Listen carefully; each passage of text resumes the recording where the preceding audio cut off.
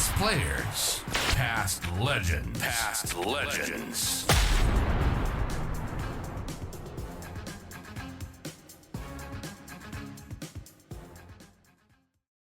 That we had in 85 and the side we had in 88, we would have been lucky to have half the players still in that 88 side. So the fact that we were able to keep performing, and I still believe getting to grand finals takes an amazing amount of effort. Oh, bloody oath it does.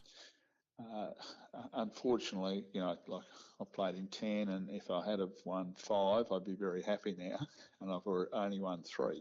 And I still feel very privileged that I got to play in 10 grand finals, and winning 3 was pretty special.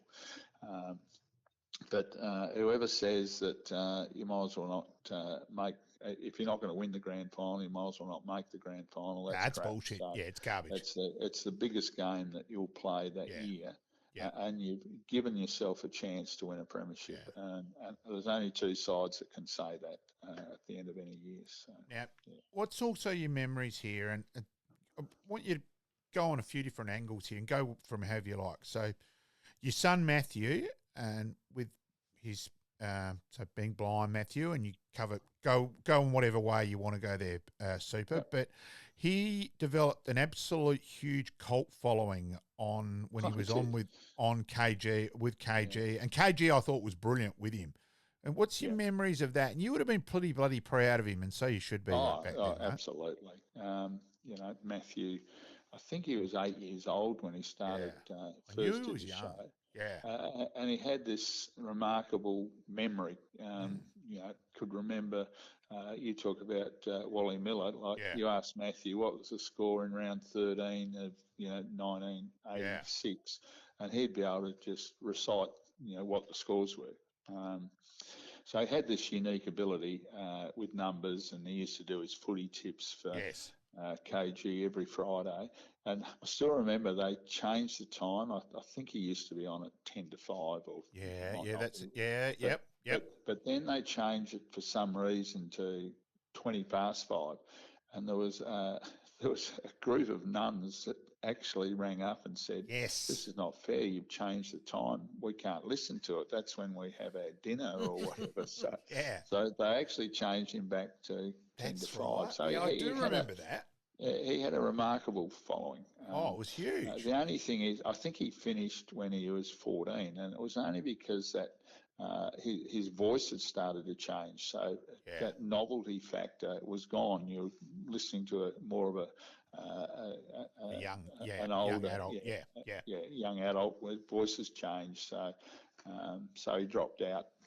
But he had an amazing time doing that, and it was very famous. I remember going on a sports show, and I think it was Peter Marker and Graham Campbell, and I think Kim Dillon. And it was sort of, they asked him a few, what's 24 goals, 34. Yeah, that's right. He just recited it.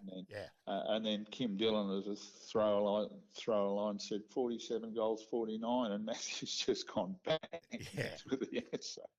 I do remember that. Stunning. Yeah. But anyway, so Matthew's still going well. He's been married for... he's up in Darwin, isn't he? Exactly. But he lives up in Darwin. They bought an apartment in Darwin. They've been up there about 5 years and they love it. Barracks for Nightcliff up there, who has done reasonably well. I think they played in a couple of premierships a couple of years ago, and he's always loved, for some reason, he's always loved the Northern Territory. He's always loved the weather up there, loved the thunderstorms, the noise and the atmosphere around thunderstorms, and so they've made a life up there, which is fantastic. That's fantastic. Yeah, and of course, how long were you at Coke for too? Then, Super. 30 years. Yes, yeah. I knew you were virtually you were an institution in terms of that regard. Yeah. Well, I started at 29 and until I was 60, so or 59. Of course, the other point too now, unfortunately, we are going to have to cover now because I think it is a huge credit. Because not too many people can be premiership players and be then also a premiership chairman sort of thing. I haven't been a premiership chairman. So were you premiership? What do you? What are you now in terms of what's your official position? I'm vice president Vice now. president. So Weren't you president? no, a long story, but I've just promoted you, so go on. I'll- Don't I'll- ruin a I'll- good done. story. It's Don't done. ruin a good story with facts, So Super. Nick Chidwidden was Yes. pestering me for 2 or 3 years to take over from him as president. Yep. But I was working for a charity, Youth Opportunities, and Yep. I felt that, and I was CEO there, and I didn't feel it was the right fit for me to be president of the footy club and CEO of a charity, because they cross over in so many ways. Yep. You know, you're asking the same people to sponsor Glenelg as you're asking them to donate to your charity. And I just said to Chiggy, you've got to wait until I retire from Youth Opportunities, which I did in 2019. So I retired in end of June 19, and so Chiggy said, "Well, you're ready to take over?" And I said, "No, I'm not taking over. We're halfway through the year. The club's going really well. You need to be there till the end of 19," which he was. He ended up being the president of the Premiership Club. So I took over in 19. But I'm talking this year. This year? Yeah, no, I'll get to this year. Okay, sorry. He's building it up, mate. That's building right. it up. Sorry, sir. So 20, 21, 22, I was president. Right. So we played in the grand final in 21. Yep. 20, I think we finished third or fourth, and 22 we finished in the final somewhere as well. Yep. And then my wife and I were going to the UK in 23 for 7 weeks. And I thought being away 7 weeks during the footy season is probably a bit of a stretch. So I stepped down as president in 23, and David Whelan took over in 23. So he's been president for 2 years for 2 premierships. So he's going pretty well. Yeah, he's going all right. Yeah. And I still haven't got one. Not that it means a lot. The fact that I was on the board, part of the board we've got a footy exec, which I love being part of. I have a great relationship with the coach and a number of the players, so it's all good. And the fact that I wasn't president, I don't think means a lot in terms of we've still done well, and I'm still absolutely proud of what we've been able to achieve. We are now in the most successful period of Glenelg Footy Club. Which is fantastic. And 6 guys joined me this year. Yeah, it's 3 times. 3 times. And I hope they knock me off next year and go to 4. Yeah. Mate, we're obviously talking about the most successful period, but just before the successful period, the Glenelg Footy Club went through some pretty tough times. We've got to talk about that as part of the Glenelg story and the success. Can you just let us in and give us some insight as to how dire it actually came? I wasn't actually involved directly with the club there. I certainly helped out where I could with Chiggy asked me to be, I think Corngy and I sort of promoted the fact that Glenelg were maybe going to close the doors. Can we raise some money? And we did. And let me say that I think it's really important when you look at footy clubs. You've got to have a good board, a good CEO, a good footy manager, a good coach. It just doesn't all. You can't just have a good coach and hope you're going to win premiership. It's got to be. You've got to have a strong club. And I think Nick Chidwidden and David Whelan, particularly those two, during that 2000 and around 2014 when it was all happening, helped drag Glenelg out of dire straits. And whilst we're not a super rich club, it's a struggle to, as most clubs find, to make ends meet each year. So winning premierships certainly helps, and being successful certainly helps. We've got a great supporter base. We've got strong sponsors. So the club's going pretty well, but it's still every year you've got to have a look at your budget and how you're going. You certainly can't waste money. So it was a struggle. As I said, I think we've got a fantastic board now. We've got a good CEO. We've got a footy manager that probably goes under the radar a fair bit, Paul Sandico, who's did a wonderful job at Sturt, but being a Glenelg boy at heart, took the opportunity to come back to Glenelg and has done a wonderful job. Recruiting players, and it's interesting. If you get everything right, you become a destination club where people want to play for you, and it's fabulous being able to recruit guys that want to play because Glenelg's a strong club to play at. That's good, and it's sort of, Nord have been a very successful side. Central's had their golden period, and this is our real opportunity now for our golden period.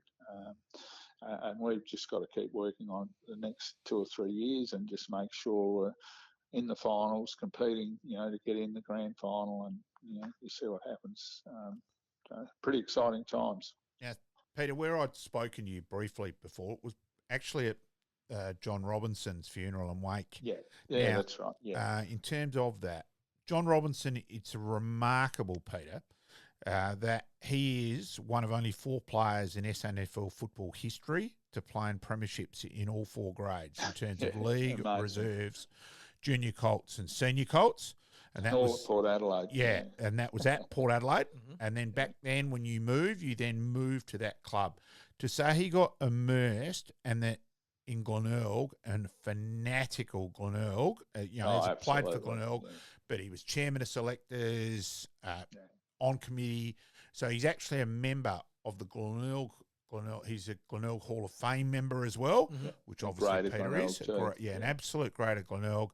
Yeah. And look, Glenelg, in terms of Liam McBean, led the thing there with the players, and there was 20-odd players there, and I certainly know on behalf of the Robinson family that, from Mark, etc. And I know Mark and you and I were talking a fair bit that day, but it meant a fair bit to Mark in terms of just how Glenelg ran that day and the involvement, and full credit. And I don't know Liam McBean, but he showed his leadership that day. And let's be honest, something which was, and I know you had a ridiculous week. I think you had 3 funerals yourself that week, because I think there was Nick.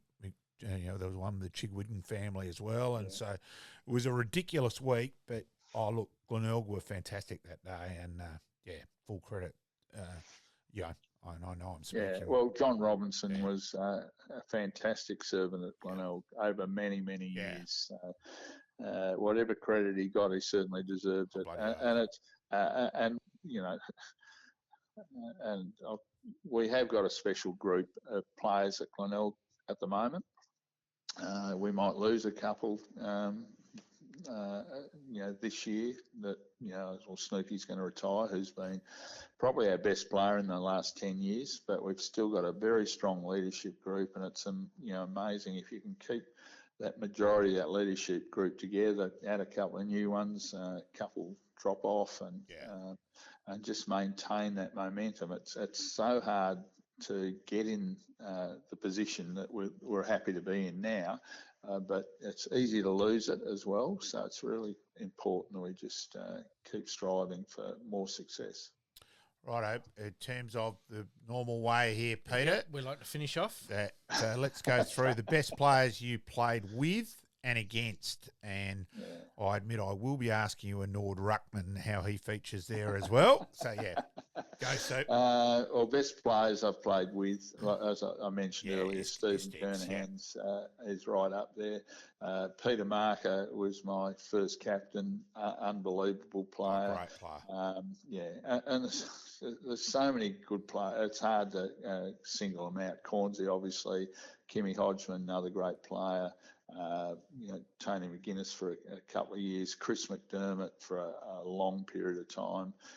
Outstanding. So Tony Hall, a brief period, fantastic grand final in '86. We didn't see the best of Tony Hall. No. He had a couple of knee operations that he could have been a great. I think the first year he went to Hawthorn, he was dominating and finished quite high. The Brownlow votes he got before he was injured, it would have been possibly leading the Brownlow medal at that stage. So he's an outstanding player. So we've had a lot having played 18 years, it's sort of a fair few to cover. Yes. So they were some of the best I played with. Yeah. And against? You want me to throw some Nord players in? I think I've always had the bear and that. Yep. Yeah, Neil Button was a absolutely solid player. It didn't have the brilliance of some players, but just consistently good, always strong, always tough at the footy, always tough to beat. So he was up there with the very best ruckman. Davies was the most talented ruckman that I played against. He could. His hands were good. He was strong. He was only short for a ruckman, but got an amazing value out of the height that he did have. So he was right up there. Mickey Redden later in my career, great player. So that and I don't like singling out too many because they're all tough at times. Like I was lucky enough to play against Peter Darley early in my career. Yeah. He was just finishing though, and he had crook ankles, and he was starting to struggle. But I had seen him play. Like when I was in Victoria, I watched South Australia play Victoria on the TV when I was in Warrnambool, and I saw this South Australian ruckman, Peter Darley, absolutely taking up to the Victorian ruckman. And I still remember watching Peter Darley and remembering his name when I was in Victoria. I had no idea I'd end up in South Australia. But Peter Darley's name's certainly stuck in. Now, I admit, I've actually had a message from a mate while we're doing this, and because he's then asking, who did you play for? Did you play much footy in Warrnambool? He's asking you. He's from Warrnambool, so he's asking in that regard. I played for a side called St John's under 15s. Right. And I was a mascot at South Warrnambool, so I barracked for South Warrnambool. Right. I'd actually signed to play in the under 18s in 1969, but that's when we left and moved to Adelaide. So I'd signed, and Alistair Lord was just coming to coach South Warrnambool that following year. So 69, he ended up coaching. And we had South Warrnambool had Cowboy Neil played for South Warrnambool. We had a very young Phil Stevens played, who then went to Geelong. We had Kenny Newland, who didn't play for South Warrnambool, but he went. He was from Allansford. He went to play for Geelong. So I had some Donnie Brooks, Ray Salt. They were both ended up playing for Fitzroy because Fitzroy was zoning started. I'm not sure what year, but I think a couple of years before I'd left Warrnambool and moved out. So. Yeah, but Hampden League was probably the strongest league in Victoria. They used to have country championships, and Hampden League always used to feature in those championships. So it was a pretty strong league. Yep. All right, mate, we've got one last question to get you out of here this on. This must be a hard one. Yep.